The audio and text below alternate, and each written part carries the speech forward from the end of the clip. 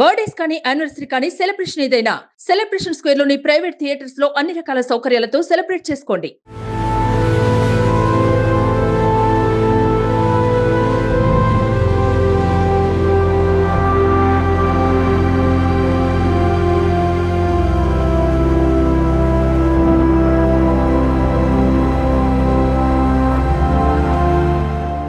ప్రస్తుతం మనం ఉన్నాం అల్కాపూర్లో ఉన్నటువంటి పవిత్ర జయరామ్ ఇంటి దగ్గర ఉన్నాం. యాక్చువల్లీ ఈ ఇంట్లోనే నిన్న కో ఆర్టిస్ట్ అయినటువంటి చంద్రకాంత్ బలవన్ మరణానికి పాల్పడ్డాడు ఉరివేసుకొని. నిన్న మధ్యాహ్నం 12 గంటల నుంచి కూడా అతని ఫోన్ స్విచ్ ఆఫ్ లో ఉంది. ఆన్ లో ఉన్న చాలాసేపు వరకు కూడా అసలు కాల్ కలవలేదు అని చెప్పేసి అనేక మంది ట్రై చేసినా కూడా వేస్ట్ అయిపోయిందని చెప్పి నేను వాళ్ళ వైఫ్ చెప్తా ఉన్నారు. చాలా ట్రై చేసి మార్నింగ్ ఆవిడ మాట్లాడారంట వాళ్ళ సిస్టర్. అప్పుడు తిన్నావా అంటే తినలేదు, నేను పవిత్ర జయరామ్ వాళ్ళకి సంబంధించిన ఇన్సూరెన్స్ డబ్బుల కోసం వెళ్తున్నాను, నేను వెళ్ళి ఆ పని చేసుకొని రావాలి అని చెప్పాడంట. ఆ తర్వాత 12 గంటల నుంచి అసలు ఫోనే లిఫ్ట్ చేయలేదు ఎవరిది అని చెప్తా ఉన్నారు. ఇప్పుడు మనం ఎక్కడైతే ఉన్నామో ఇదే ఇంట్లో అతను హ్యాంగ్ చేసుకొని ఉరేసుకొని చనిపోయినటువంటి పరిస్థితి.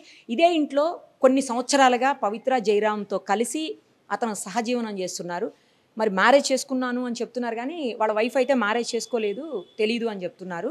ఎవరైతే ఒరిజినల్ వైఫ్ ఉన్నారో ఇతనికి, ఆమె పేరు శిల్ప. మనం నిన్న ఆమె ఇంటర్వ్యూ కూడా చేస్తున్నాము. ఆమె చెప్పిన మాటల్లో అయితే ఎక్కడా కూడా మ్యారేజ్ చేసుకున్నట్టు తెలియదు అని చెప్తున్నారు. వాళ్ళ మదర్ ఏమో చేసుకున్నాడని చెప్పాడమ్మా, మాకు తెలియదు, మరి ఎక్కడన్నా గుళ్ళో అట్లా చేసుకున్నాడేమో అని చెప్తున్నారు. ఏదైనా కూడా ఇదే ఇంట్లో వాళ్ళు గత కొన్నేళ్ళకి ఇది అతను కొన్నాడు, ఇల్లు అతనే పర్చేజ్ చేశాడని కూడా చెప్తున్నారు. మరి అది కూడా ఎంతవరకు నిజమో తెలియదు. ఎందుకు చనిపోయాడు అనేది కేవలం డిప్రెషన్ తోటే చనిపోయాడు అని చెప్పేసి అయితే అందరూ చెప్తా ఉన్నారు. ఒక 2 days బ్యాక్ మనకి సుమన్ టీవీకి ఇచ్చిన ఇంటర్వ్యూలో కూడా 2 daysలో మీరు గుడ్ న్యూస్ వింటారు అని చెప్పేసి చెప్పడం కూడా వీటన్నిటికీ అనుమానాలకు తావినిస్తోంది.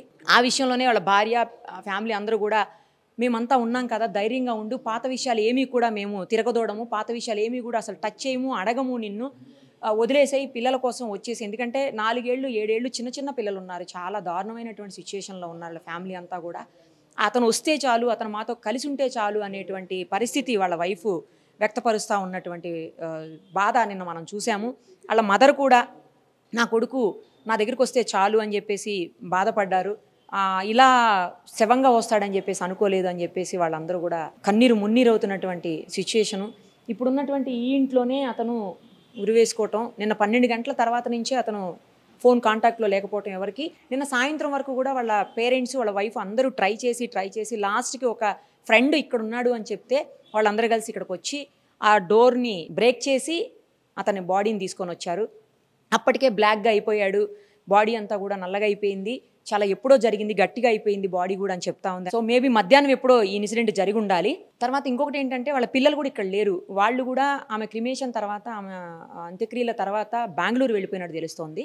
సో అతని దగ్గర కీస్ ఉంటాయి కాబట్టి అతనే వచ్చి ఇక్కడ నిన్న ఈ అఘాయిత్యానికి పాల్పడ్డాడని తెలుస్తోంది. మొత్తానికైతే జరిగిన ఇన్సిడెంటు చాలా అత్యంత దారుణమైన విషయము. 2 రోజుల క్రితమే అతని బర్త్డే అయిందంట. ఇంకొక 1 day 2 days బ్యాక్ ఆమెది కూడా బర్త్డే అయిందని ఆ బర్త్డేలో పోస్ట్ చేశాడంట అతను. ఆ బర్త్డే సందర్భంగా పోస్ట్ పెడుతూ వెయిట్ ఫర్ 2 days పవిత్ర అని చెప్పేసి మెసేజ్ పెట్టాడని, అవి చూసినటువంటి భార్య, కుటుంబము, తర్వాత మన ఇంటర్వ్యూలో కూడా 2 daysలో గుడ్ న్యూస్ వింటాడు అని చెప్పటము, సుమన్ టీవీ ఇంటర్వ్యూలో కూడా ఇవన్నీ చూసిన తర్వాత ఫ్యామిలీ ఎక్కడో డౌట్ పడే అతన్ని ఎప్పటికప్పుడు ఫాలోఅప్ చేస్తూ, ఫోన్స్ చేస్తూ మాట్లాడుతూ ఉన్నారంట. ఈవెన్ అయినా కూడా అతను మధ్యాహ్నం నుంచి కాంటాక్ట్లోకి లేకుండా పోయి ఆ తర్వాత ఈ ఇన్సిడెంట్ చోటు చేసుకుంది. నిన్నటి నుంచి పోలీసులు లాక్ చేశారు ఇంటిని. ఎందుకంటే ఫర్దర్గా ఇన్వెస్టిగేషన్కి అవసరం ఉంటుంది కాబట్టి లోపలికి ఎవరు వెళ్ళకూడదు. వెళ్లకుండా ఉండేందుకు గాను పోలీసులు తీసుకున్నటువంటి చర్యలు అని చెప్పాలి ఇవి. ఇప్పుడు నేను కింద ఎవరితో మాట్లాడి అడిగాను, ఎప్పటి నుంచి ఉంటున్నారంటే నాకు తెలియదండి, అసలు వాళ్ళు ఇక్కడ ఉంటారని కూడా మాకు తెలియదు అంటున్నారు. అంటే బయటికి కూడా అంత పెద్దగా ఎక్స్పోజ్ కాలేనట్టు మనకు అర్థమవుతుంది. ఒకసారి వాచ్మెన్తో కూడా మాట్లాడదాం రండి. ఎప్పటి నుంచి ఉంటున్నారు మీరు ఇక్కడ? నేను 4 years నుంచి సార్. వాళ్ళు ఎప్పటి నుంచి ఉన్నారు? వాళ్ళు 1 year ట్రైనింగ్ సార్. వాళ్ళు ఓన్గా కొనుక్కున్నారా? రెంట్కేనా అది? ఓకే, కొన్నారు అని చెప్తున్నారు. రెంటేనా? ఓకే. అతను ఎప్పటి నుంచి ఉంటున్నాడు ఇక్కడ? ఆవిడ వచ్చిన కానీ ఉంటున్నారండి. ఇద్దరు కలిసి ఉండేవారండి. ఇద్దరు కలిసి ఉండేవారు. ఓకే. ఇద్దరు పిల్లలు వాళ్ళకి? 2 పిల్లలండి. ఓకే. నిన్న ఏం జరిగింది అసలు? నిన్న మార్నింగ్ వచ్చారండి, 10:30 11 ఆ టైంకి వచ్చారు. వచ్చి మామూలుగా వెళ్తున్నారే, పడుకుంటాకి వెళ్తున్నారే, మామూలుగా అలసిపోయినారు కదా, పడుకుంటాకి వెళ్తాం అనుకున్నాం. మామూలు ఫోన్ చేసి ఏం మాట్లాడలేదు. ఈవినింగ్ వాళ్ళ ఫ్రెండ్స్ వచ్చారు. వాళ్ళ ఫ్రెండ్స్ వచ్చి అన్న సార్ సార్ ఉన్నారని చూసొస్తాం అంటే వెళ్ళారు. ఎన్నింటికి అది 7కి వెళ్తే ఓకే అన్న బెల్ కొట్టాక టీ లేదు అన్న డోర్ పాల్గొడతాం అసలు ఏంటో ఇంపార్టెన్స్ చూద్దాం అంటే సరే అని మీ ఇష్టం అయితే మరి టెస్ట్ పని చేయకండి మరి మా సార్ వాళ్ళకి అంటే మరి బాగోదు టెస్ట్ పని చేయకండి అంటే సరే అని ఒక డబ్బు కొట్టి చూద్దాం వాళ్ళు పగిలితే గొడవ లేదంటే డోర్ పగలగానే యాంగికి ఊరేసుకుని ఉన్నారండి. ఎవరు లేరు ఎవరు లేరు. ఆ పిల్లలందరూ ఎక్కడికి వెళ్ళారు? బెంగళూరు వాళ్ళ పవిత్ర మేడం అక్కడ ఉన్నారండి. ఆ పిల్లలందరూ అక్కడ ఉన్నారా? ఇంట్లో ఎవరు లేరు? ఇంట్లో ఎవరు లేరు. ఓకే. రెగ్యులర్గా ఏ టైంకి వచ్చిపోతుంటాడు అతను అసలు? ఎక్కడ ఉండేవారండి ఎక్కడ ఉండేవారు మార్నింగ్ మొత్తం అన్ని చేసి రెడీ షూటింగ్కి వెళ్ళిపోరు అయితే షూటింగ్కి వెళ్ళిపోయేవారు మళ్ళీ ఈవినింగ్ వచ్చేసేవారు మళ్ళీ అంతే.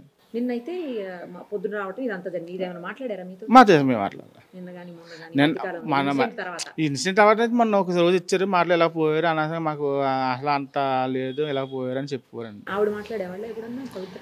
పవిత్ర మేడం ఎప్పుడు మాట్లాడేవారు అన్న అన్న అని అంటుండేవారు వాళ్ళు వచ్చేవారు షూటింగ్ చేసి వెళ్ళిపోవారు అంటే అంతవరకు అని మాకు ఇంటి నుంచి. ఓనర్స్ ఎక్కడ ఉంటారు? వన్స్ ఊరి పేరు తెలియదండి నాకు. ఎక్కడ సిటీలోనే. సిటీలోనేనా? ఓకే. పోలీసులు వచ్చారా? నిన్న వచ్చారు 7:30 ఆ టైంకి వచ్చారు. ఎప్పుడు లాక్ చేశారు అది ఇల్లు? పోలీసులు లాక్ చేశారంట కదా? పోలీసులు లాక్ చేశారు. ఎన్నింటికి లాక్ చేశారు? ఆ టైం చూడలేదండి.